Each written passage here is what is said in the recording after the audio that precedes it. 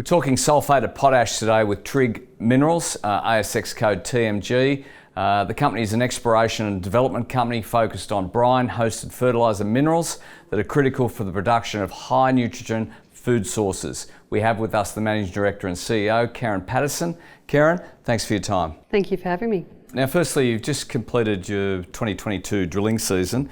What were the key learnings of the recent drilling and assay results from Lake Throstle? Well, we drilled a couple of holes that are much bigger diameter than the traditional exploration holes. So with that, we're able to put down the borehole magnetic resonance geophysical tool, which simply gives us a photograph of everything going down the hole and into the hole as well. So that's given us a lot of information around the porosity in the specific yield, which is really important because this is a water deposit. That's what we're looking for, is the water with the minerals dissolved in it. So that we're looking for the pore spaces, and then the information on how rapidly we'd be able to pump from those potential production bores. And of course, much of the resource is also in adjoining tenements. They're unexplored. How are you looking to drill there? So it's open along strike. We already have a really substantial resource there with the scoping study supporting a 21-year mine life. So it's just a matter of how much we really need to drill before we develop the project. But it is a big project. Trigg has 100% ownership of all those tenements. They're all granted with native title access agreements for all the exploration.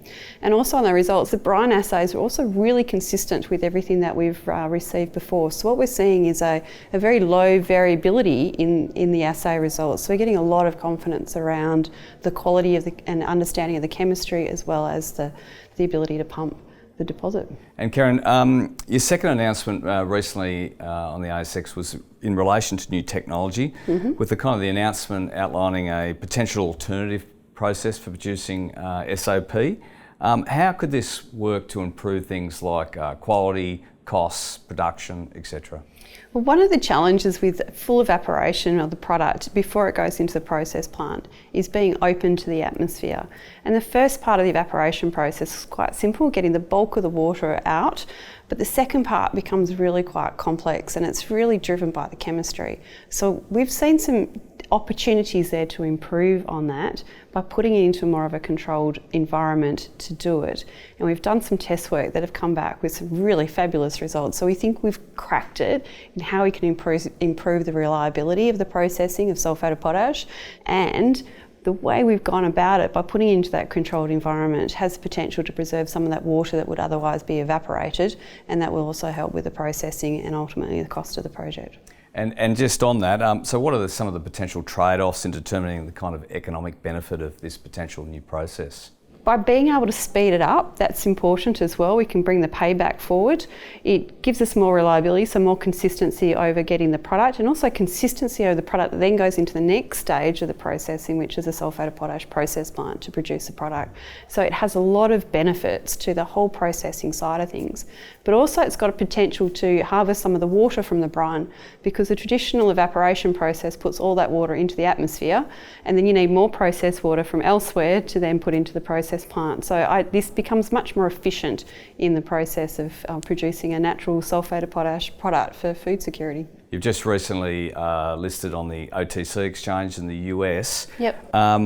Is the strategy moving forward in terms of funding to find a cornerstone investor, off-take partners? What's the strategy look like? Yeah, absolutely. We're looking at exploring all the potential ways to bring this to market. It is really important. Australia imports still the majority of the sulphate of potash that we consume, and this is a project of global scale, potentially top 10 producer of sulphate of potash. So we are looking for a strategic partner to help us build it, and obviously the investment and the funds to do that.